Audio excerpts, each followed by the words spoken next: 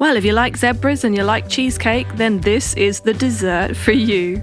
You need some Oreo cookies and some milk to start with. We're going to use a fork to dunk our Oreo cookies in the milk. Now, one by one, these are going to be placed into our cake tin until we have completely covered the bottom. Now, time to make our cheesecake. We need 400 milliliters of whipping cream. Whisk that up till it thickens. We like to use an electric whisk because it saves a lot of time. In a separate bowl, we add 200 grams of cream cheese. Give that a little whisk too. And one by one, we'll add the ingredients. We're going to start with 50 grams of sugar. Each time, whisking it in. Next, 100 milliliters of sweetened condensed milk. You see, this is a very simple recipe to make. You really just need a few simple ingredients and add them in one by one, plus a dash of patience. When that's nicely blended together, we're going to add 100 milliliters of milk to that. So quite small measurements.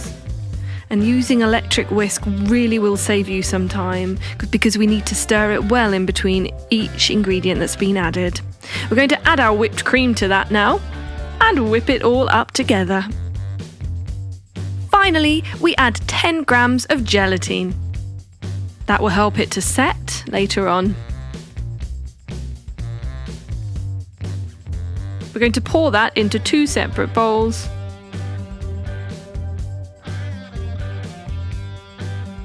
And in one of the bowls, we're going to add a generous helping of red food colouring and 10 grams of cocoa powder. Stir that so it's all completely blended. It should look something like this when you've finished. Now we're going to, one by one, layer our white mousse and our red velvet mousse. And you'll see it will create a kind of tie-dye effect. If you like to be creative, this is the fun part. Now we can use a cocktail stick or a knife to form a beautiful pattern. Again, why not use your imagination? And there we have it. So all we need to do now is chill it for around 2 hours. For finishing touches, we're going to add a few dollops of whipped cream all around the edge of our cheesecake. Cream does go fantastically well with cheesecake. It just takes the edge off the sweetness. Add some chocolate flakes onto that whipped cream and some cherries. You can use strawberries, raspberries, any fruit you prefer. And there we have it, red velvet zebra cheesecake. Fancy a slice? Go on then.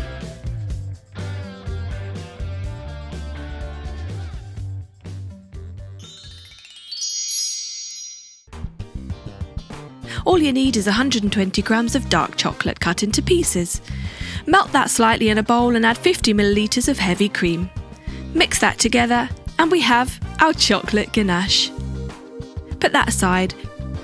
Now we add 200 grams of cream cheese to a mixing bowl with 15 grams of sugar, 30 milliliters of milk. Whisk that away. We gradually add ingredients and give it a mix each time.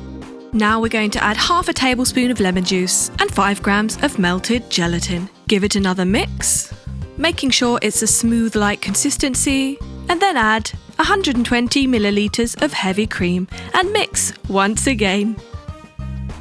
Perfect. Now we have our main cream cheese mixture. And for the first layer, we're going to add 185 grams of cream cheese batter.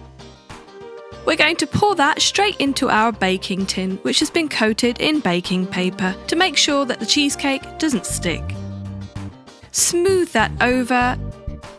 Make sure to fill all the corners and then refrigerate for 15 minutes. Now in a clean bowl, we're going to add 130 grams of the cream cheese batter with 60 grams of chocolate ganache. Stir it until it becomes a light brown colour. This is going to make our second layer. So we're going to pour this on top of our white cheese layer and smooth it out so it's nice and even. Then we're going to put it back in the fridge for another 15 minutes. In a clean bowl, get 115 grams of cream cheese batter and 100 grams of chocolate ganache. Stir it together, making a dark brown colour this time. This is going to be poured on top of our already set 2-layered cheesecake and smooth it over as usual. Now we just refrigerate that for 15 minutes, and meanwhile we're going to get a pot and add 50 grams of sugar, 20 grams of cocoa powder and give it a whisk. We're going to also add 20 millilitres of water, 140 millilitres of heavy cream. Turn on the heat to a medium flame and stir away whilst it's heating on the stove. Heat it until it starts to bubble away, and then you can turn the heat off. Add 60 grams of chocolate to that mixture, 2 grams of gelatin, and whisk it away until the chocolate has melted and the gelatin is nicely mixed in. Now our cheesecake is ready. Take the baking tray away and remove the baking paper, leaving a smooth layer, and pour on our cooled chocolate ganache mixture. Now make sure you do this over a baking tray. Let the chocolate ganache mixture drip down.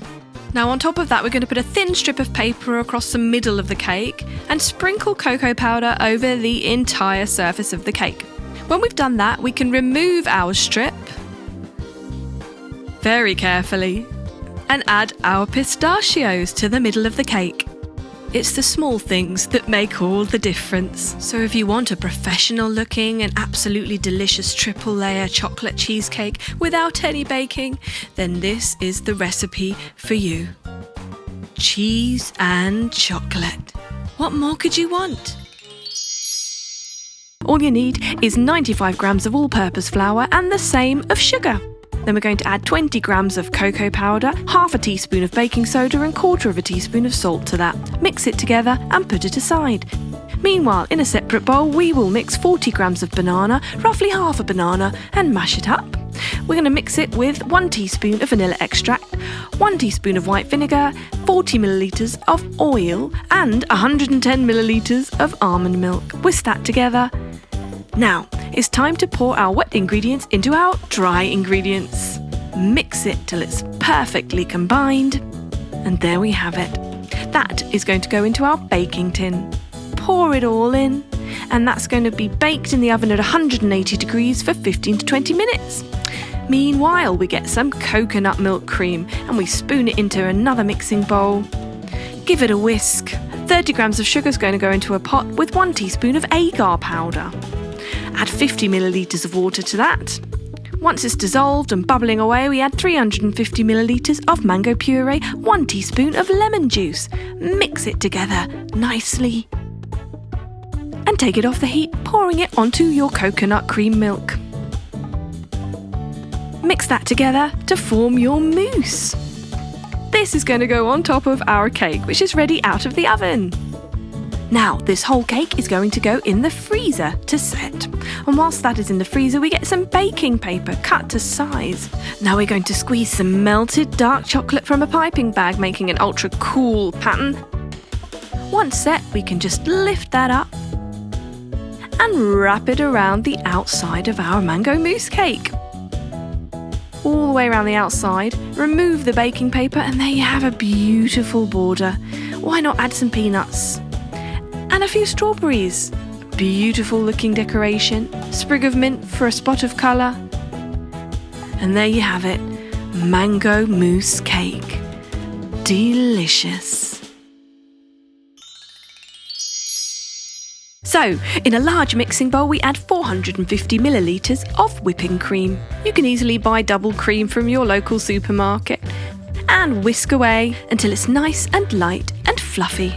If you use an electric whisk, that would obviously save you some time.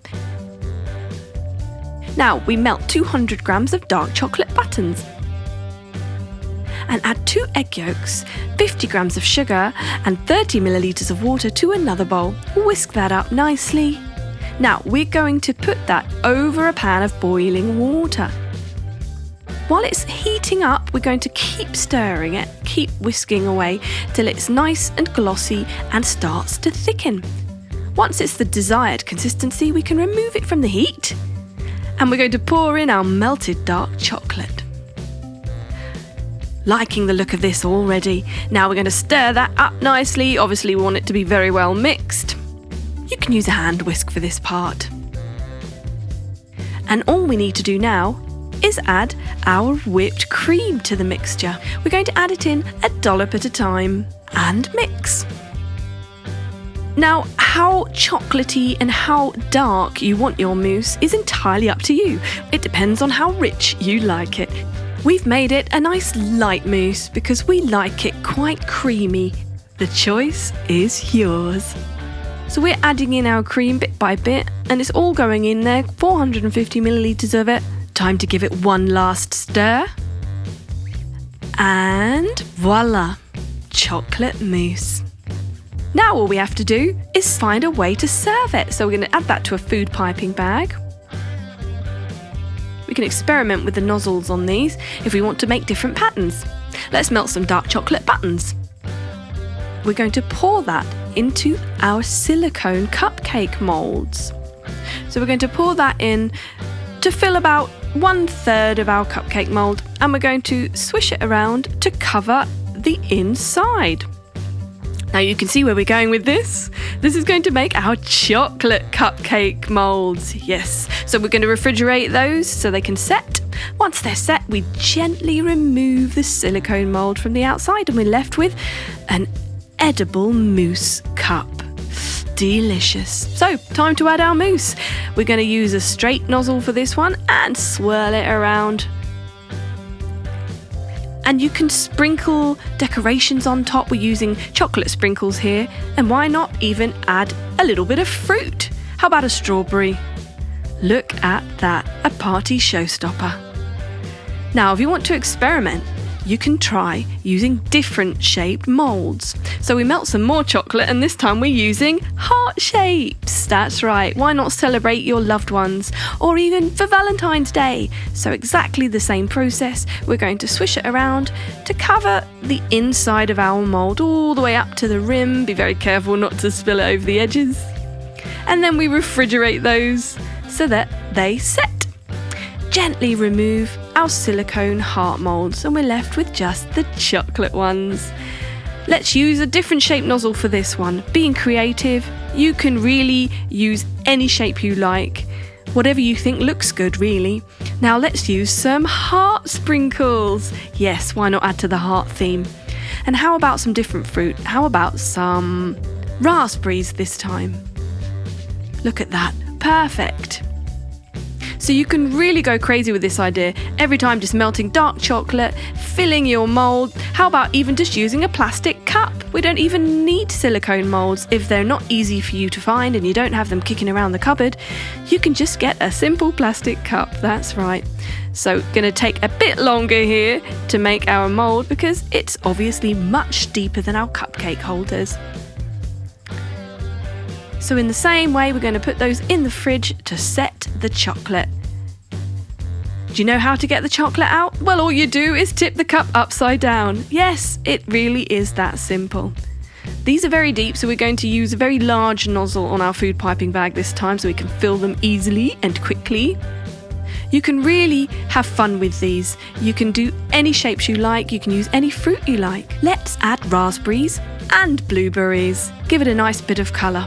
And there you have a delicious dessert in no time at all.